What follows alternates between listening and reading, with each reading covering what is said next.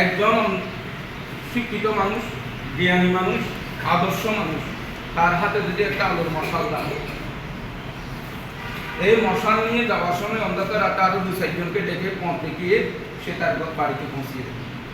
একজন অন্ধ মানুষকে যদি তুমি একটা আলোর মশাল দাও, সে আরেকজনকে টানার তো সুযোগ নাই, সে পথ ভুলে মানুষের বাড়িতে আগুন লাগাবে।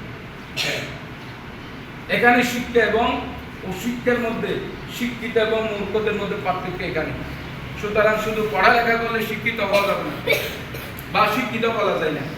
একজন ডাকাতের হাতে যদি একটা ছুরি থাকে, একজন ডাকাত তার হাতে যদি একটা ছুরি থাকে, সেই ছুরিটা পেটে ঢুকাই দেয় এবং ওই পথচারীর টাকা পয়সা নিয়ে তার ক্ষতি করে। আরেকজন ডাক্তারের হাতে যদি একটা ছুরি থাকে, সেও ফেটে ঢুকাই দেয়, ডাক্তারও ফেটে ঢুকাই দেয় ছুরি, কিন্তু সে টিউমার বের করার জন্য তাকে বাঁচানোর জন্য। ডাক্তার ঠিক ওই ফেটে ছুরি ঢুকাই দেয়, কিন্তু সে ছুরি তাকে মেরে ফেলার জন্য না, কি করার জন্য? তাকে বাঁচানোর জন্য। ডাকাতও ঢুকাইয়ে দেয়, কিন্তু ডাকাতের ছুরি ঢুকিয়ে দেওয়া আর ডাক্তারের ছুরি ঢুকিয়ে দেওয়া কি এক? এই জন্য শিক্ষিত মানুষ, যাদের শিক্ষার একটা ছুরি আছে, শিক্ষার একটা মশাল আছে, সেটা যদি আদর্শবান না হয়, সেটা যদি অন্ধের মতো আচরণ করে, সেটা যদি স্বার্থের জন্য নিজের জীবনকে মানুষের জন্য না দিয়ে অন্যায় পথে, ভুল পথে, অন্ধের পথে যায়, তাইলে তার দ্বারা মানুষ, শিক্ষিত ওই মানুষটির দ্বারা লক্ষ লক্ষ মানুষ ক্ষতিগ্রস্ত হবে। ওই যে ডাকাতের হাতে চুরি পড়ানো, সে ডাকাত, সে শিক্ষিত নয়। আর যদি একজন আদর্শবান মানুষের হাতে একজন চরিত্রবান শিক্ষিত মানুষ গড়ে ওঠে, ন্যায়পরায়ণ শিক্ষিত মানুষ গড়ে ওঠে, ইনসাফ বুঝে এবং ইনসাফ ভিত্তিক পরিবার সমাজ গঠন করতে চায়, এইরকম একজন শিক্ষিত মানুষ গড়ে ওঠে, তাহলে তার হাতের এই মশাল নিয়ে এগিয়ে যাওয়ার সময় আরো 10-20 জনকে বলবে, ভাই অন্ধকার পথ দেখা যাচ্ছে না, তোমরা আমার সাথে আসো, আমি তোমাদেরকে বাড়িতে পৌঁছিয়ে দেবো, কারণ আমার হাতে মশাল আছে। এই জন্য শিক্ষিত মানুষদেরকে আদর্শবান হতে হবে, শিক্ষিত মানুষদেরকে চরিত্রবান হতে হবে, শিক্ষিত ছেলেদেরকে ন্যায় অন্যায় বুঝতে হবে।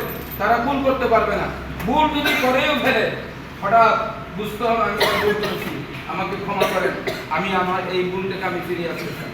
শিক্ষিত মানুষ ভুলের উপর দাঁড়িয়ে থাকে না। যদি কেউ কোনো শিক্ষিত মানুষ ভুলের উপর দাঁড়িয়ে থাকে, তাইলে শিক্ষিত নয়, এ কুশিক্ষিত, এ অসৎ মানুষ, সার্টিফিকেট পেয়েছে, এর শিক্ষিত হতে পারে। শিক্ষিত মানুষ, প্রকৃত শিক্ষিত মানুষ হাজার মানুষের কল্যাণ করবে, অনর্থক ঝগড়া করবে না, কোনোদিন কারো অকল্যাণ কামনা করবে না। আমরা সেই ধরনের শিক্ষিত করে তোমাদেরকে গড়তে পারবো ইনশাআল্লাহ। একজন শিক্ষিত মানুষ কোনোদিন কোনো মানুষের ক্ষতি কামনা করতে পারবে না, যদি সে প্রকৃত শিক্ষিত হয়।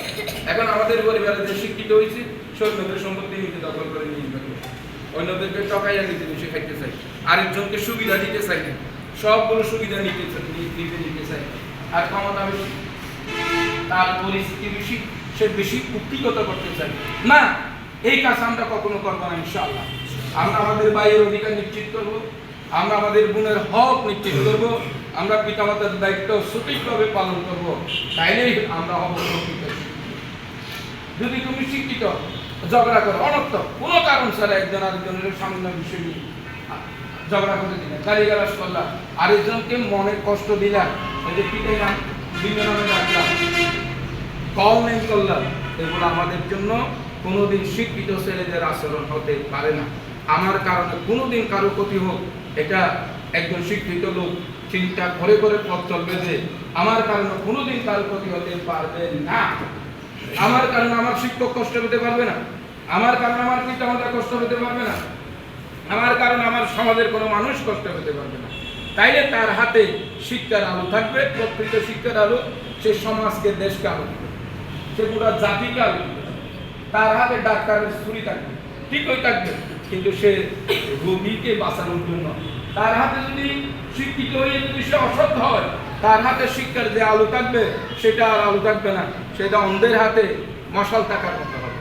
আল্লাহ আমাদের সবাইকে শিক্ষার প্রকৃত গুণাবলী নিয়ে বড় কাজ করতে চান। আমার লক্ষ্য, আসসালামু আলাইকুম।